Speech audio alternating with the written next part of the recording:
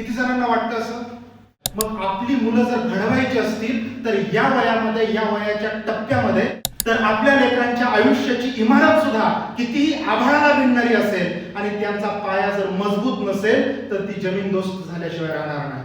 आजकाल इन्स्टावरती, फेसबुकवरती तुम्ही बघताय भूचक्र उगवल्यासारखे कितीतरी इन्फ्लुएन्सर आहेत. तर पुढच्या पिढीचं भविष्य काय असेल याचा एक 9वीतली मुलगी त्यांच्या समोर आली आणि या वयाच्या या टप्प्यातच आपल्या लेकरांना शिकवली. 22 वर्षांपूर्वी मी प्रवचनांमधून, व्याख्यानांमधून एक उदाहरण द्यायचो. अनेक पालकांचं म्हणणं असतं की सर सगळं बरोबर आहे पण वेळ नाहीये. आणि माणसाचं मातीशी असणारं जे नातं होतं ना, उदाहरण कुणाचं आहे तर अब्राहम लिंकन नावाच्या माणसाचं नाव तुम्ही ऐकलं असेल. यशाच्या आकाशाला गवसणी घालणारी मुलं जर तयार करायची असतील,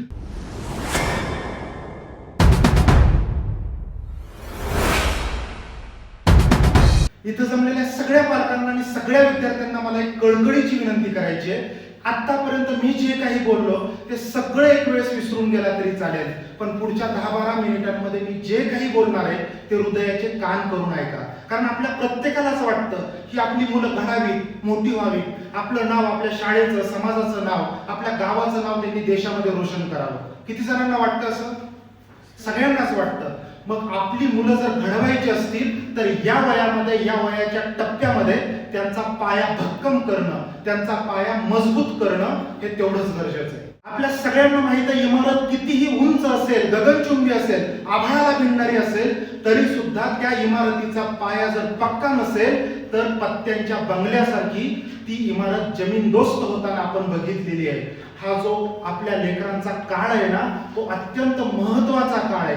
हा मस्तकाची, मेंदूची मशागत करण्याचा काळ आहे. हा जो काळ आहे ना, हा विचार पेरणीचा काळ आहे. आणि या कालावधीमध्ये जर आपण आपल्या लेकरांना आदर्श नाही शिकवले, आपण या कालावधीमध्ये आपल्या लेकरांचा पाया भक्कम नाही केला, आपण या कालावधीमध्ये आपल्या लेकरांना विचारांची पेरणी नाही केली, तर आपल्या लेकरांच्या आयुष्याची इमारत सुद्धा कितीही आभाळाला भिडणारी असेल आणि त्यांचा पाया जर मजबूत नसेल तर ती जमीनदोस्त झाल्याशिवाय राहणार नाही.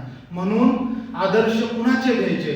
स्क्रीनवरती 24 तास दिसणाऱ्या नटनट्यांचे, की आजकाल इन्स्टावरती, फेसबुकवरती तुम्ही बघताय भूचक्र उगवल्यासारखे कितीतरी इन्फ्लुएन्सर आहेत पण विचारांचा पाया पक्का नाही. त्यातही चांगली काम करणारी माणसं आहेत, नाही असं नाही, पण अनेक इन्फ्लुएन्सर असे आहेत की ज्यांना कुठल्याही प्रकारचा विचारांचा बेस नाही. आणि आपली लेकरं, आपली मुलं जर त्यांना आदर्श मानणार असतील तर पुढच्या पिढीचं भविष्य काय असेल याचा सुद्धा आजच पालकांनी विचार करणं गरजेचं आहे. इथं बसलेल्या अनेक लोकांना माहित आहे, एक उदाहरण मला द्यावंसं वाटतं. APJ अब्दुल कलाम ज्यावेळेस आपल्या देशाचे राष्ट्रपती होते, सगळ्यांना माहित आहे त्यांना लहान मुलं फार आवडायची.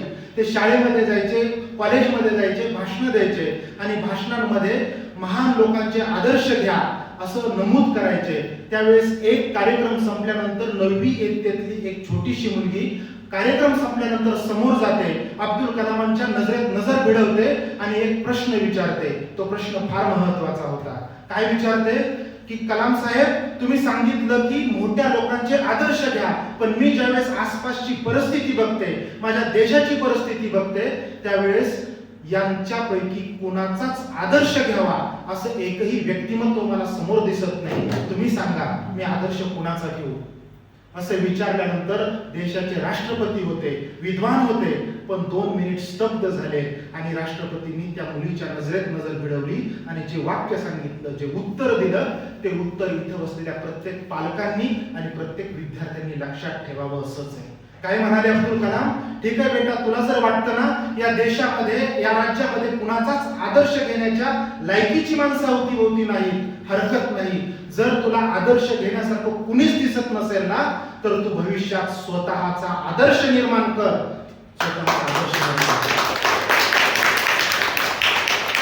आपली आता टाळ्या वाजवलेली जी मुलं आहेत ना, या मुलांची पुढची पिढी जर स्वतःचे आदर्श घडवावी असं वाटत असेल तर इथं बसलेल्या माझ्या सगळ्या तमाम पालकांना विनंती आहे की त्यांचा पाया मजबूत करा.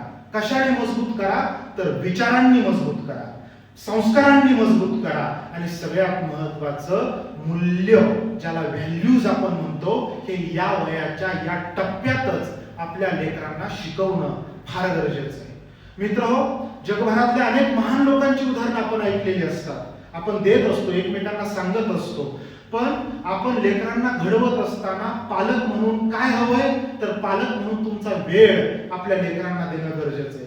पालक म्हणून तुम्ही जे काही त्यांना दाखवता, मुलं कधीच कधीच कधीच सांगून शिकवून किंवा सूचना देऊन सल्ले देऊन शिकत नाहीत. बऱ्याच पालकांना हे माहित आहे, मुलं सूचनांनी कधीच शिकत नाही. जे तुम्ही करू नका म्हणून सांगता, मुलं तेच वारंवार पुन्हा पुन्हा पुन्हा पुन्हा करतात. बरोबर आहे ना? तर मुलांना जर आदर्श घडवायचं असेल, मुलांना जर महान व्यक्तिमत्व घडवायचं असेल, मुलांना जर संस्कारी घडवायचं असेल, तर त्यांना तुम्हाला मुलं जशी हवी आहेत, जशी घडवावीशी वाटतायत, तसं तुम्हाला स्वतःला त्यांच्या समोर प्रेझेंट व्हावं लागेल. तुम्हाला तसं वागावं लागेल, बोलावं लागेल, चालावं लागेल. तुम्हाला त्या पद्धतीचा आदर्श स्वतःहून तयार करून त्यांच्या समोर ठेवावा लागेल. हेही मला इथे बसलेल्या प्रत्येक पालकांना कळकळीनं विनंती करून सांगायचंय. मित्रांनो, फार पूर्वी 10-20 वर्षांपूर्वी मी प्रवचनांमधून, व्याख्यानांमधून एक उदाहरण द्यायचो. अनेक पालकांचं म्हणणं असतं की तुम्ही म्हणताय ते सगळं बरोबर आहे, पण मुलं घडवायला सर आमच्याकडे पैसा नाहीये. अनेक पालकांचं म्हणणं असतं की सर सगळं बरोबर आहे, पण वेळ नाहीये. काही पालक म्हणतात सगळं बरोबर आहे, पण आमची परिस्थितीच फार वीक आहे, परिस्थितीच फार नाजूक आहे, मी माझ्या मुलांना घडवू शकत नाही. पण इथं बसलेल्या सगळ्या पालकांना मला हात जोडून सांगायचंय, जगात जी जी माणसं घडली, ज्या ज्या माणसांनी आपले पराक्रम गाजवले, ज्या ज्या माणसांनी पृथ्वीच्या पाठीवर या मातीवरती स्वतःच्या पाऊल पुन्हा उमटवल्या, ती सगळी माणसं, सगळ्या महान विभूती, या भिंतीवरती टांगलेले जे फोटो आहेत ना, या फोटोत दिसणारी प्रत्येक व्यक्ती ही अत्यंत प्रतिकूल परिस्थितीतून घडलेली आहे, अत्यंत गरीब परिस्थितीतून घडलेली आहे, अत्यंत नाजूक परिस्थितीतून घडलेली आहे. म्हणून लेकरांना मोठं करायचं असेल, एक वेळेस पैसा नाही लागणार. तुमच्या संस्काराचा वसा आणि वारसा तुम्ही देताय का? आणि सध्याचा काळ जर तुम्ही बघितला, मी अनेकदा माझ्या भाषणांमधून सांगत असतो, माता आणि माती यात फक्त वेलांटीचा फरक असतो, तर चिता आणि चिंता यात मॅडम अनुस्वाराचा फरक असतो. जन्मल्यानंतर कुशीत घेते ती माता आणि मेल्यानंतर कुशीत घेते ती माती. सगळ्यांना माहित आहे, इथं अनेक जण शेतकरी आहेत. जुन्या काळात शेतकऱ्याच्या घरी जर बाळ जन्माला आलं ना, बाळ, तर त्या बाळाची आजी त्या बाळाची नाळ कापायची आणि घरा पाठीमागच्या मातीत पुरायची. का? जन्मजात मातीशी नातं जोडलं जावं म्हणून. आज ती नाळ एखाद्या मोठ्या हॉस्पिटलच्या खाली वाहणाऱ्या गटारात गेली आणि माणसाचं मातीशी असणारं जे नातं होतं ना, ते तुटलं. अशा या अत्यंत विचित्र परिस्थितीतून आपण चाललोय. आपल्या अवतीभोवतीचा समाज चाललाय. आसपास चोरी, मारामारी, दरोडे आणि अत्यंत प्रतिकूल वातावरण आहे. अशा वातावरणात, अशा या भयान जंगल तोडीतून आपली लेकरं कशी वाचवायची, ही पालकत्वाची इथून पुढे फार मोठी एक गंभीर समस्या आहे. म्हणून आपली लेकरं घडवायची असेल तर मी एक फार वेळ कमी आपल्याकडे एक उदाहरण तुमच्या समोर ठेवतो. हृदयाचे कान करून ते उदाहरण ऐका. मी एक 18-20 वर्षापूर्वी जेव्हा प्रवचन द्यायचो, व्याख्यान द्यायचो, त्यावेळेस हे उदाहरण हमखास सांगायचो. आज मला ते आठवलं, तुमच्या समोर ठेवतो. मला जे काही सांगायचंय ना, त्या या उदाहरणातून इथं बसलेल्या प्रत्येक मुलाला आणि प्रत्येक आई बाबाच्या कानाला गुदगुल्या होणार नाहीत, तर झणझणीत अंजन मिळेल तुम्हाला.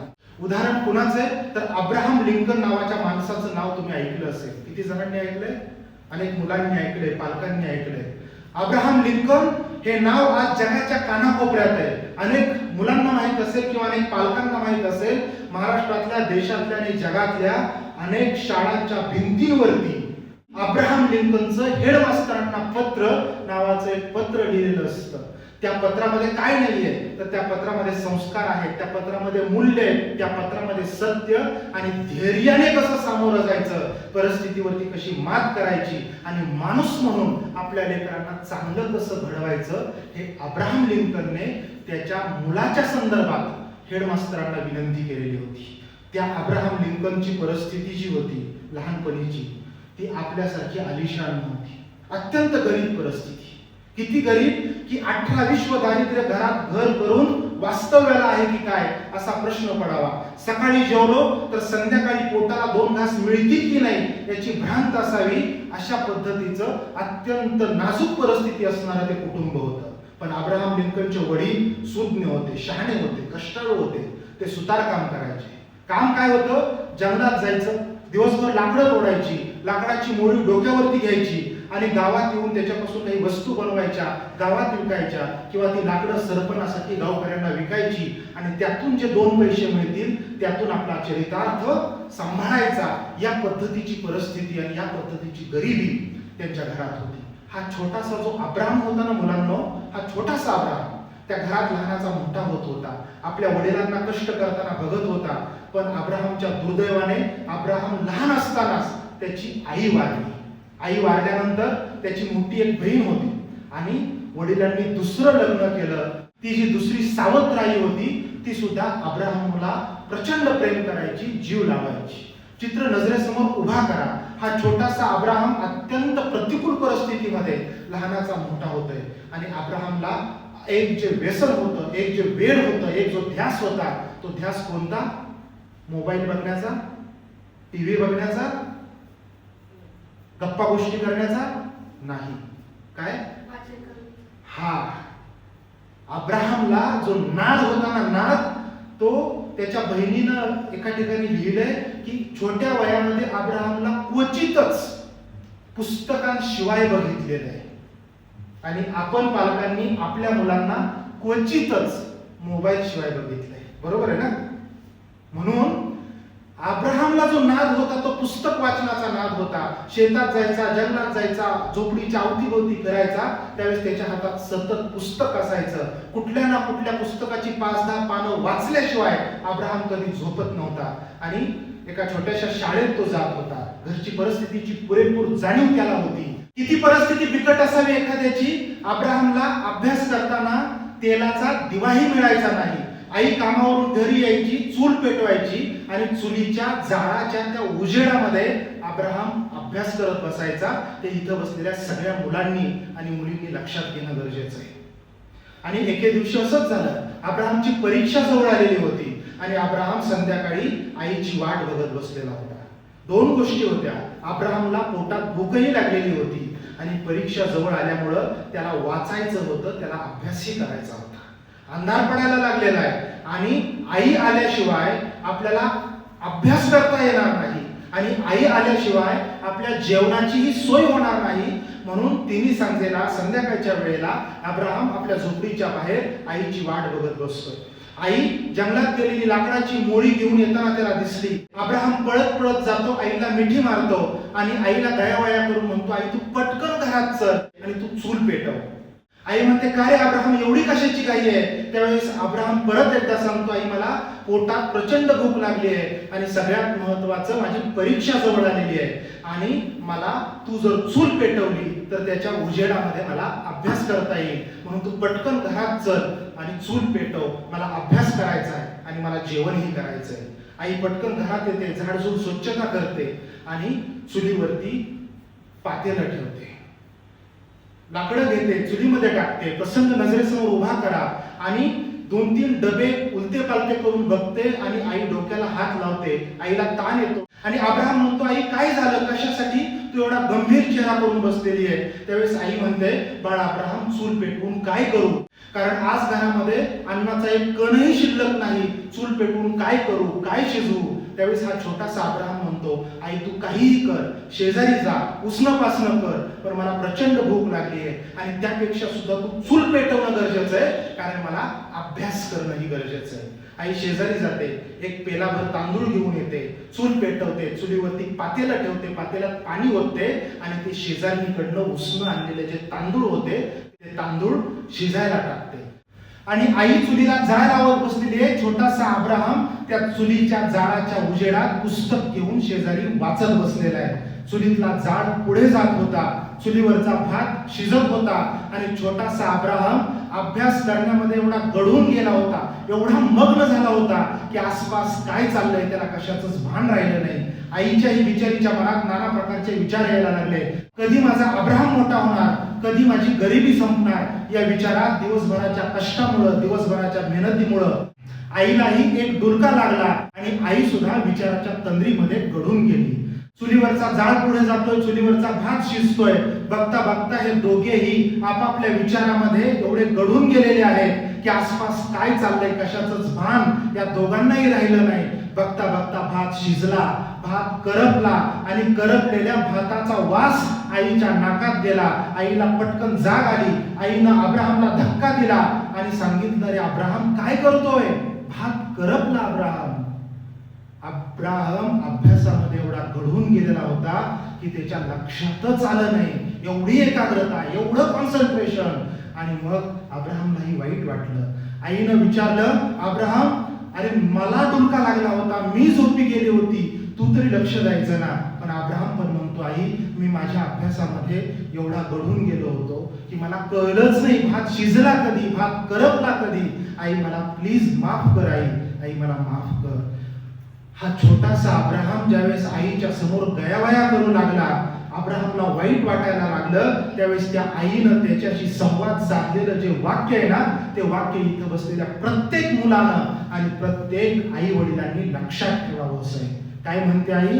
अब्राहम म्हणतो, आई मला माफ कर, माझ्या लक्षात नाही आलं, भात करपला हे मला कळलंच नाही. त्यावेळेस आई म्हणते, भात करपला तरी हरकत नाही बाळा अब्राहम, रोज पाणी पिऊन झोपतो तसं आजही झोपता येईल. भात करपला तर हरकत नाही बाळा अब्राहम, पण स्वतःचं आयुष्य करपू देऊ नकोस, स्वतःचं आयुष्य करपू देऊ नकोस. म्हणून आपल्या लेकरांची आयुष्य जर करपायची नसतील, ती करपू द्यायची नसतील, तर वाचनाचा संस्कार, मूल्यांचा संस्कार, नैतिकतेचा संस्कार, कॅरेक्टर ज्याला चारित्र्याचा संस्कार या वयात पालक म्हणून तुम्ही आणि मी करणं हे तेवढंच गरजेचं आहे असं मला इथं ठामपणे नमूद करायचं आहे. मित्रहो, तोच अब्राहम त्याच गरीब परिस्थितीतून एक दिवस शिकला, सवरला, मोठा झाला, स्वतःला त्याने घडवलं, अमेरिकेसारख्या सार्वभौम सत्ता असणाऱ्या देशाचा राष्ट्राध्यक्ष झाला. ही इच्छाशक्ती, हा दुर्दम्य आशावाद आपल्या लेकरांच्या मनामनात जर पेरायचा असेल तर आपल्याला पालक म्हणून या वयात तेवढं सतर्क राहणं, तेवढं सावध राहणं आणि आपल्या लेकरांवरती योग्य वेळी योग्य संस्कार करणं. परिस्थितीच्या छाताडावरती नाचून यशाच्या आकाशाला गवसणी घालणारी मुलं जर तयार करायची असतील तर त्यांची पायाभरणी पालक म्हणून तुम्ही आज काय करता हे जास्त महत्वाचं आहे असं मला प्रामाणिकपणे वाटतं. धन्यवाद.